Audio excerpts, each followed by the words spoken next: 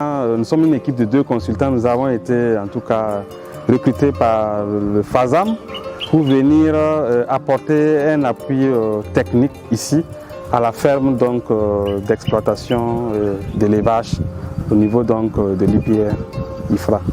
Alors notre rôle ici, nous travaillons sur une technique d'ensilage qui a été développée au Burkina Faso, donc dans des conditions tropicales.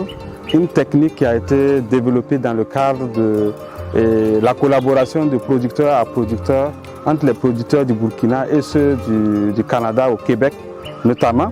Et donc cette technique a été améliorée et vraiment s'adapte dans des conditions tropicales et permet de conserver des fourrages de bonne qualité et sur une longue période. Alors l'ensilage, c'est une technique de fermentation anaérobie du fourrage et qui se passe dans une période de 21 jours, après lequel le fourrage peut être conservé pendant plus d'une année pour alimenter donc des vaches productives. Alors notre rôle ici, c'est un rôle de facilitateur pour un peu échanger avec les uns et les autres et sur la base aussi de l'expérience que nous avons eue ici dans le cadre du projet dont je parlais, alors de pouvoir transférer l'ensemble de ces connaissances-là pour que ce soit mis ici en pratique au niveau donc de la ferme. Alors c'est une technique qui va apporter beaucoup en termes aussi d'apprentissage pour les étudiants, pour les élèves qui passent ici, mais également pour la ferme, ça va permettre d'améliorer l'alimentation donc des animaux pendant toute la longue saison sèche et vraiment d'améliorer la production de lait, la production de viande. C'est une fermentation anaérobique en absence de fourrage vert. On peut enseigner tout ce qui est vert.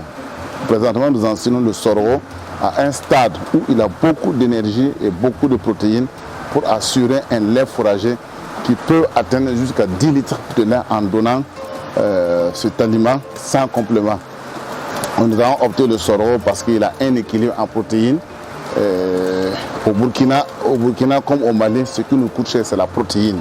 Et pour cela, il faut avoir un ensilage équilibré et le sorgho semble être le meilleur au regard des expériences que nous avons vécues depuis 2011 avec l'appui d'un expert canadien, parce que l'alimentation constitue de la base. Et par exemple, 65% de coûts de production. On va avoir un aliment qui va réduire, permettre d'accroître la rentabilité des élevages. Donc nous sommes là vraiment pour apprendre le centre à maîtriser la technique et être un relais pour pouvoir accompagner les futurs acteurs et producteurs sur le terrain. Il y a un engouement de former. Malheureusement, on a été lâché par les machines liées au fait qu'elles ont été longtemps utilisées, malgré qu'ils ont tenté de remettre à niveau.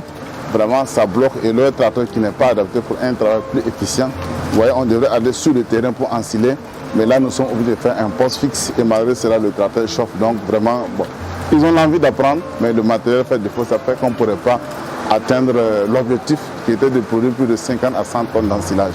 Donc, je disais que dans le cadre du projet FASAM, l'exploitation de l'IPR IFRA de Katibougou a bénéficié de cette formation en ensilage. Donc le but principal de cette activité est de mettre à la disposition de nos animaux pendant les moments difficiles, pendant la courte saison, du fourrage de qualité et en quantité pour pouvoir soutenir l'alimentation de nos animaux. Donc, cette formation est venue à point nommé et notre impression par rapport à cette formation est une très bonne impression. Nous avons eu affaire à des formateurs bien qualifiés qui ont vraiment la maîtrise de ce qu'ils nous ont expliqué. C'est des gens qui non seulement nous ont fait une phase théorique, ensuite une phase pratique pour nous montrer sur le terrain comment est-ce qu'on fait l'ensilage.